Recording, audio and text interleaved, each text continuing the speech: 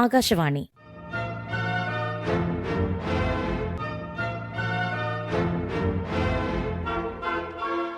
ജില്ലാ വൃത്താന്തം. ഇന്ന് കൊല്ലം ജില്ല.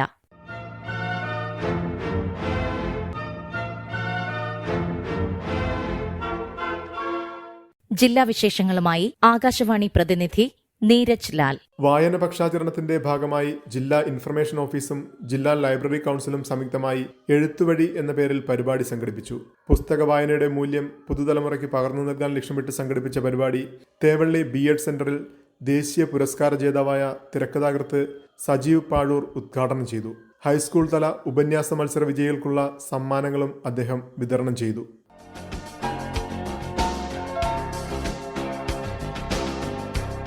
ജില്ലാ പഞ്ചായത്തിന്റെ മൊബൈൽ സെപ്റ്റേജ് ട്രീറ്റ്മെന്റ് പ്ലാന്റ് വാഹനങ്ങൾ പ്രവർത്തനനിരതമായി. മന്ത്രി MP രാജേഷ് ഫ്ളാഗ് ഓഫ് ചെയ്തു. വീടുകളിലും സ്ഥാപനങ്ങളിലുമെത്തി സെപ്റ്റിക് മാലിന്യം വാഹനത്തിലെ ടാങ്കിലേക്ക് ശേഖരിച്ച് അവിടെ വെച്ച് തന്നെ സംസ്കരിക്കുന്നതിനുള്ള സംവിധാനമാണ് മൊബൈൽ സെപ്റ്റേജ് ട്രീറ്റ്മെന്റ് പ്ലാന്റ്. ഇതിന്റെ സേവനം ബുക്ക് ചെയ്യുന്നതിനുള്ള നമ്പറും മന്ത്രി പ്രകാശനം ചെയ്തു.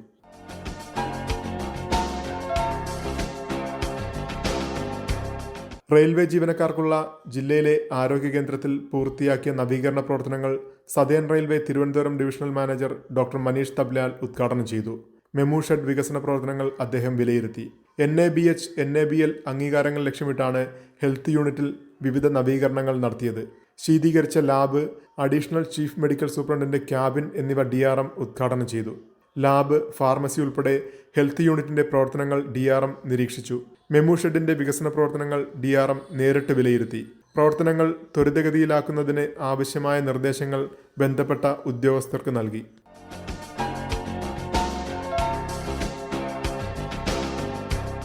എൻ്റെ ഭൂമി ഡിജിറ്റൽ ലാൻഡ് സർവേ വിജയകരമായി നടപ്പാക്കുന്ന കേരള മാതൃക പരിചയപ്പെടാൻ വിവിധ സംസ്ഥാനങ്ങളിലെ IAS പ്രതിനിധികൾ ഉൾപ്പെടെയുള്ള ഉന്നതതല സംഘം ജില്ല സന്ദർശിച്ചു. തിരുവനന്തപുരത്ത് സംഘടിപ്പിച്ച ദേശീയ കോൺക്ലേവിന്റെ ഭാഗമായിട്ടായിരുന്നു സന്ദർശനം. ഡിജിറ്റൽ ലാൻഡ് സർവേ പൂർത്തീകരിച്ച മീനാട് സ്മാർട്ട് വില്ലേജ് സംഘം സന്ദർശിച്ചു. കളക്ടറേറ്റിലെത്തിയ സംഘത്തെ സ്വീകരിച്ച് ജില്ലാ കളക്ടർ N ദേവിദാസ് പദ്ധതി പ്രവർത്തനങ്ങളും ജില്ലയിലെ ഡിജിറ്റൽ ലാൻഡ് സർവേയുടെ പുരോഗതിയും വിശദീകരിച്ചു.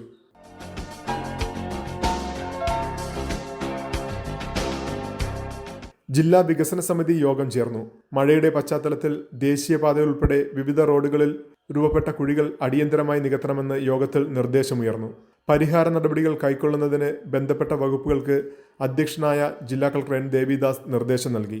മൺട്രോത്തുരുത്ത് പെരിങ്ങാനം ഹയർ സെക്കൻഡറി സ്കൂളിലേക്ക് പുതിയ ബോട്ടുകൾ അനുവദിച്ച് മുടക്കമില്ലാതെ സർവീസുകൾ നടത്തണമെന്ന് കോവൂർ കുഞ്ഞുമോൻ MLA ആവശ്യപ്പെട്ടു.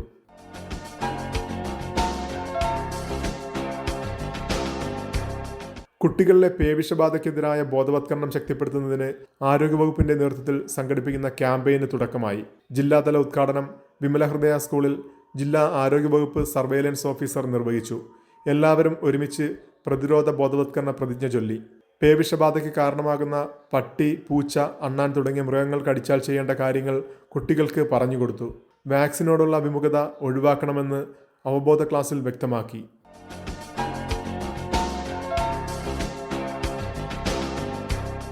സാമ്പത്തിക സ്ഥിതിവിവരക്കണക്ക് വകുപ്പിന്റെ ആഭിമുഖ്യത്തിൽ ദേശീയ സ്റ്റാറ്റിസ്റ്റിക്സ് ദിനാഘോഷം സംഘടിപ്പിച്ചു. ജില്ലാ ആസൂത്രണ സമിതി കോൺഫറൻസ് ഹാളിൽ സംഘടിപ്പിച്ച പരിപാടി Sreenarayana Guru open university vice chancellor doctor VP Jagathiraj ഉദ്ഘാടനം ചെയ്തു. സ്റ്റാറ്റിസ്റ്റിക്കൽ ഇൻവെസ്റ്റിഗേറ്റർമാർ വിവിധ വിഷയങ്ങളിൽ സെമിനാർ നയിച്ചു. ജില്ലാ സാമ്പത്തിക സ്ഥിതിവിവരക്കണക്ക് വകുപ്പിന്റെ നേതൃത്വത്തിൽ വെളിയം ഗ്രാമപഞ്ചായത്തിൽ മണ്ണ് സംരക്ഷണ വകുപ്പ് മുഖേന നടപ്പാക്കിയ മാലയിൽ പരുത്തിയറ നീർത്തട സംരക്ഷണ പദ്ധതിയുടെ വിലയിരുത്തൽ പഠന റിപ്പോർട്ട് ചടങ്ങിൽ പ്രകാശനം ചെയ്തു.